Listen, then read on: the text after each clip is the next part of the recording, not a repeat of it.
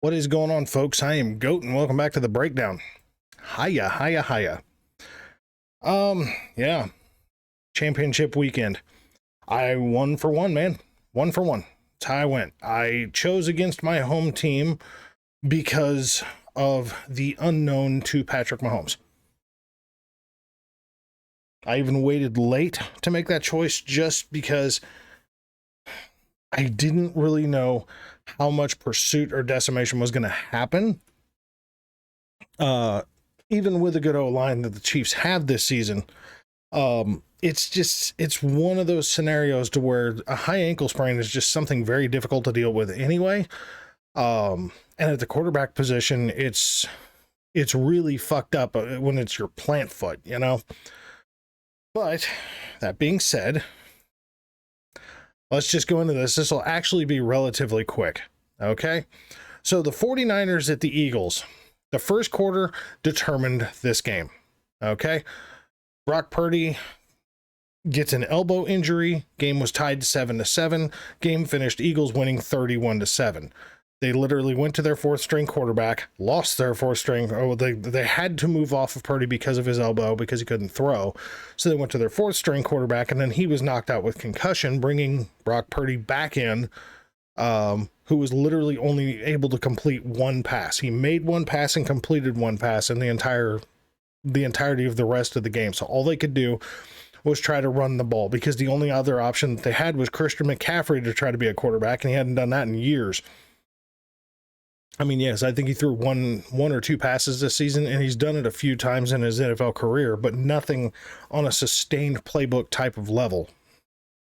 This was unfortunately, this was what I thought. I thought out of all the teams going into the NFC that the 49ers stood the best chance of going head-to-head against the Eagles. But the problem is that you've got to have solidified depth. Right? Like, you've just got to have solidified depth, which will go into the next game. And unfortunately, you've got your starting quarterback, your second string quarterback being Trey Lance and Jimmy Garoppolo, both standing on the sideline, basically snickering at what the hell was going on, which I thought was pretty shady, honestly. Whether they were just joking with each other and the cameras caught them at the wrong moment, I don't know. But it's a pretty shitty thing to sit there and do. While you're watching your fucking team that both of you have led at some point in the season get absolutely blown the fuck out. Kudos to the 49ers overall for getting themselves back healthy, getting to the point of the championship game, and just unfortunately, due to a crazy set of circumstances, they just could not get or did, you know? So, I mean, it sucks. It really does suck for them because, I mean, you know, nobody wants to go home like that. Nobody wants to go home due to injuries.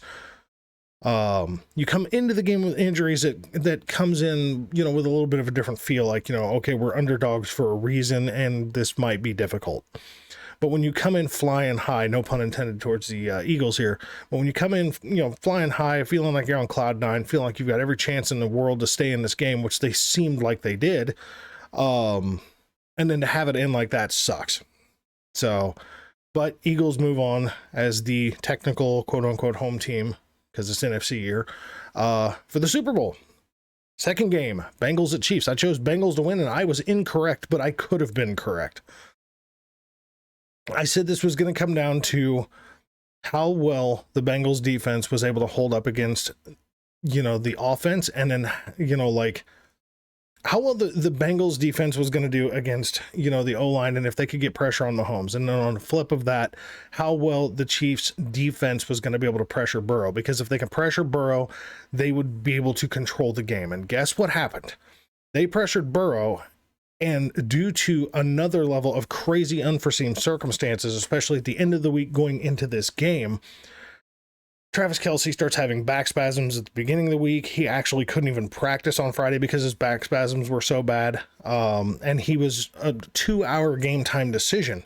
So having Kelce being that close to not even playing the game is just an unprecedented thing for the Chiefs. But then they reactivated Mecole Hardman and Jody Fortson, which is good reactivation. Mecole's been out since like week 9. Fortson's been out, I think, since like week 11 or 12. Maybe 10.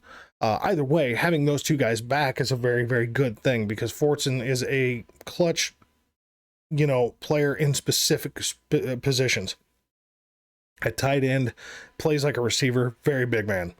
McCole Hardman, very small, very fast. He's an excellent, punt returner, kickoff returner. But it was real touch and go with this pelvis injury that he had from week 9. So they came into the game healthy, basically, except for the Chiefs. And on the first fucking drive, they lose L'Jarius Sneed. Basically, they're one of their best guys in the secondary. So they're basically everybody but Justin Reed was a fucking rookie back there. It's crazy. But then they start pressuring Burrow. And then the Chiefs get on the board. And then Kadarius Toney goes out. Trade acquisition week. It was the Jaguars game, so week 10, I think. In between week 9 and week 10 is when we picked up Kadarius Toney from the Giants. And aside from aggravating his calf, I think it was, or his thigh, one of the two, I think it was his calf, or his hamstring maybe, I don't remember. But he aggravated his leg a little bit, so he was out for a couple of games. But Kadarius Toney has actually absolutely been explosive as shit for the Chiefs. He goes out with an ankle injury. Juju aggravates his knee again, so he goes out. Then McCole Hardman goes out, so they lose 3 of their fucking top threats. And so they were basically playing musical chairs at the receiving position on top of having a gimpy quarterback. To top that off even more, the Bengals played the Chiefs' run game exceptionally well. Okay, I mean exceptionally well. I think they held them like 31 yards or some shit. It was ridiculous. So put it to where Mahomes had to carry the team. And there was some spotty points in there where, they got up and then the Bengals were able to catch up because the offense just wasn't explosive as they wanted to be. You could tell what they were trying to do. He just couldn't quite do it. On the Bengals side of it, Burrow was just absolutely harassed. He was rushed like a son of a bitch. On his quick passes, he looked tight. He looked good. Their run game was a little sporadic. The Chiefs were mostly able to bottle it up for nothing really big, except for I think one of their touchdowns. That high point pass to, I think it was Boyd or Higgins. Oh my God, that was a beautiful pass from Burrow. Even when Burrow gets the living shit beat out of him, you got to give that kid credit, man. I mean, he's a scrawny little warrior back there. He's very sure of himself, and you can see it in his play. Even when he throws an interception, he comes right back out and he starts chucking the ball all over the place. So you got to give the Bengals credit. Now, was there some piss poor officiating going on in both games? Yes, there was. The one that really cracks me up, honestly, is a whole bunch of fans freaking the fuck out about a 3rd and 9 call in the Chiefs game to where the ref came running out trying to stop the game, but didn't blow his fucking whistle. Like I was into the belief that the ref blew the whistle and it was just too loud. But the more I thought about it, it was like, no, that can't possibly be the case because our offense was out on the field and that place just isn't that loud when the Chiefs are at home. And their offense is on the ball, out on the field. So the ref literally just forgot to blow his fucking whistle, but they were trying to kill it because they started rolling the clock and it was a incomplete pass to play the play before. So the sideline judge, who's responsible for keeping an eye on the clock and the secondary once the play gets going, he's trying to kill the fucking play, forgets to blow his fucking whistle. Play happens. Bengals end up holding him short, but it didn't matter because the play was dead. So they go to replay it and they sack Mahomes, but get a penalty in the secondary. And then the Chiefs can't move the ball and have to punt it. But everybody's freaking the fuck out, basically saying that the refs were basically favoring the Chiefs on this game. And the truth of it is I've actually watched the game 3 fucking times because I really wanted to kind of be objective about it. Especially, I chose against my own home team on this one. But I wanted to be objective about what I was going to say in this video. And the truth of it is that I counted up at least 20 holding penalties between the Chiefs and the Bengals that were not called. From what was caught on camera, there was at least 9 illegal contacts by both teams. Not each team, but by both teams that were not called. As far as in the secondary, there was probably 2 or 3 pass interference calls that weren't called. There was a ton of illegal, hands to the face on both offensive lines. So it's like there was a bunch of no call stuff. They actually were letting quite a bit of stuff fly. People questioning the pass interference call against MVS. I think it was Hilton versus MVS or Eli Apple versus MVS. You know, the basic premise of pass interference is supposed to be if you inhibit the player's ability to catch the ball while it's in the air, not when it's at him, but if you're making contact with the player and inhibiting the player's ability to place themselves in a position to catch the ball, then that is considered pass interference. And that is exactly what happened. Spun him a little, had one of his arms pinned initially, let that one go, still had him around the hip. It wasn't, you know, it wasn't like overtly crazy, but by the rules of the book, it was pass interference. And it didn't matter was the thing. It didn't matter because that was the I think that was the pass interference that ended up the drive didn't go anywhere anyway. So it was just whatever. There was piss poor officiating in both games. Okay. That big ass, you know, one-handed catch in the Philly game. They got them down to their first score. That wasn't even a catch, but it's whatever. Nobody reviewed it. Nobody just the Eagles did exactly what they did. Get up on the ball, snap that motherfucker as quick as possible. You know, I mean, the Bengals got put in a position to where you have to do the one thing in any sport, and that's outplay your opponent and the refs. Okay, that's just the truth of it. In every fucking sport, there's always that bit. Sorry if you're hearing any noise there. Of you have to outplay not just the other team, but sometimes the officials. And you know, this season, I've watched a few of the Bengals games, and they've had some pretty shitty called games. Not gonna lie, they've had some pretty bad games called against them. As far as like seem to be the more penalized. Now there were some obvious penalties, like I said, that were called. I mean, you know, the worst one is I can't remember the D lineman's name, Osei, I think, or something like that, or O'Shea or something like that. The poor bastard who hit Mahomes out of bounds that put him in field goal range. I'm gonna tell you right now, that game being lost, yes, that was the final straw that broke the camel's back. But the Bengals had a lot of opportunities, and between their running backs not following their gaps, the O-line crumbling left and right, not protecting Burrow, and then, like, I mean, for God's sakes, that beautiful pass that Burrow threw that literally nailed Jamar Chase in the fucking head because Chase just wasn't looking for the fucking ball. He's running a sideline out route in a perfect position to catch that ball where only he could have gotten that damn thing, and it literally hit him in the fucking head because he never looked back to see if it was coming his way. Like, that is such a missed opportunity because that would have put them in such a beautiful position to try to at least get a field goal up on the scoreboard. It definitely would have got them the first down.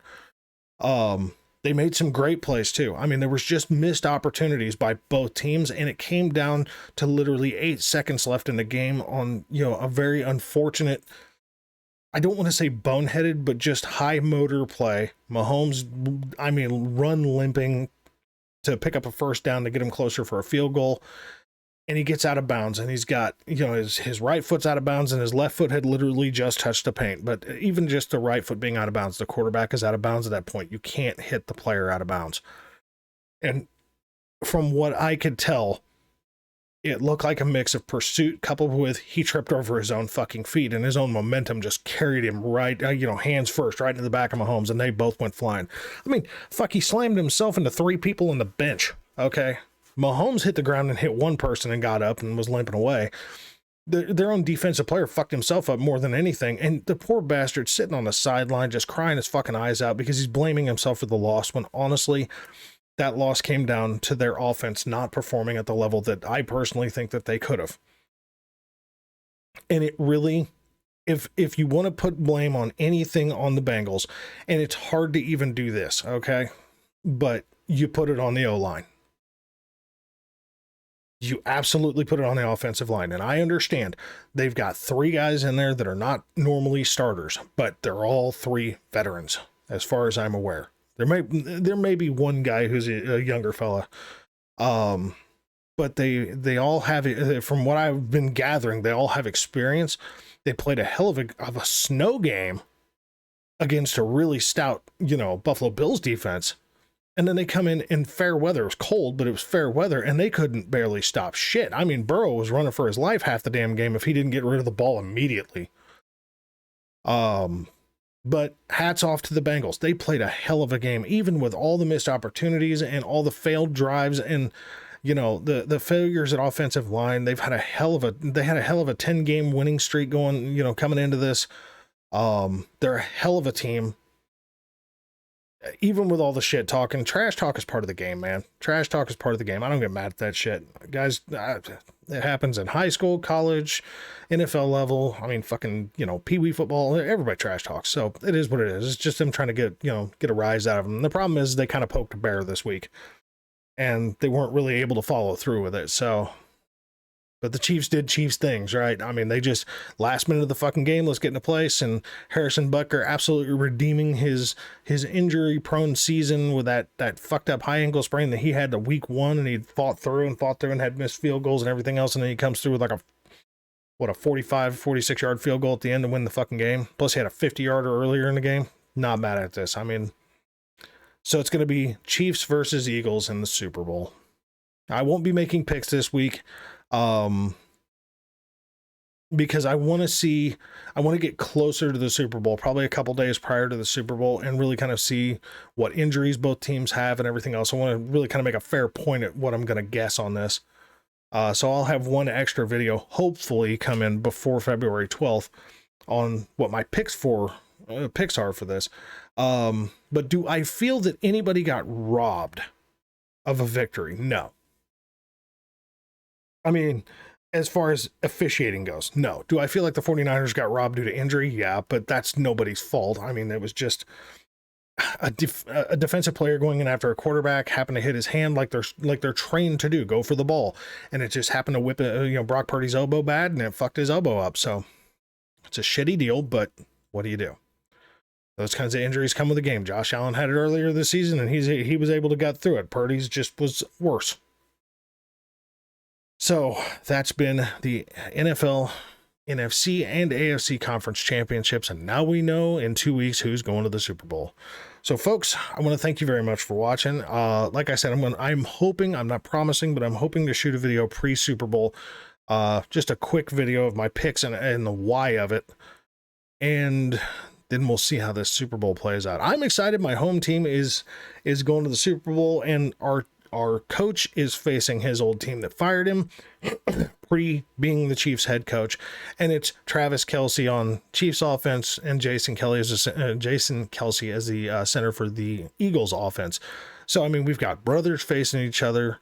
We've got coach facing his old team.